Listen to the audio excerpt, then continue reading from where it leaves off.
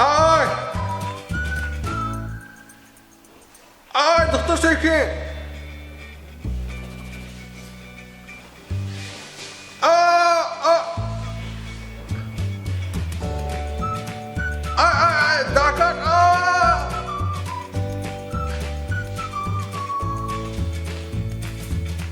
Ay, dandana!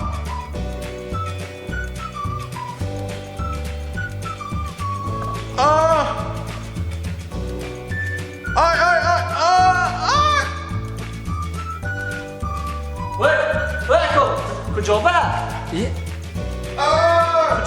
Kujo bıraktı ya ama pasyenti. Ay, dandana! Kim doğdu fıtasın cebe? Ay, doktor Seyfi! Ne sakın. Ay, doktor Seyfi! Bakın doktor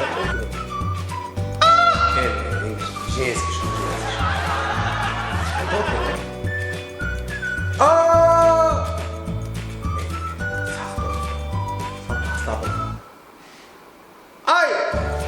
Ay, doktor Seyfi!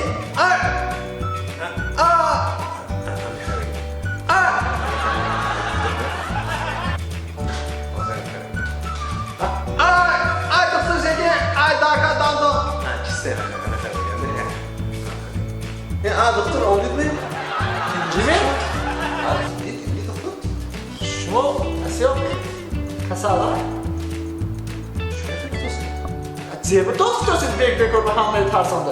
Ağzı dağıldıran daha ne kı? Ha. Önce çıkar doğruyorum ama repetitsiya kadar. Repetitsiya gerek. Şuma bedeni ne bağlı değil? Şuma adbelini bağlı da dandana sefet gelandı. Ama ben hiç daha ne mekuna? Ben ukolan ne mekuna? Daha ne doğru demek ne ya? Ne var? Şey doğru demek. Cebi dost diyorsun bek orada hamle tarzında. Daha ne yaptı? Doğru repetitsiya kadar. Nasıl sefet mekun dandana? Peki plajı sevara var mı? Şu sever var mı ya doktor? Çuva sevara var görmeyin.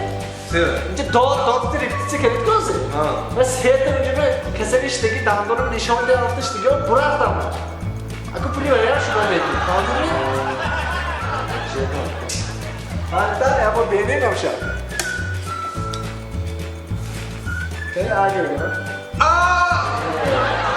Ne kadar repetitsiya kadar anlatırışım nesi doğrudan ya. Daha ne kadar deli doldu geçiyor. Repetitsiya bekliyorum bravo.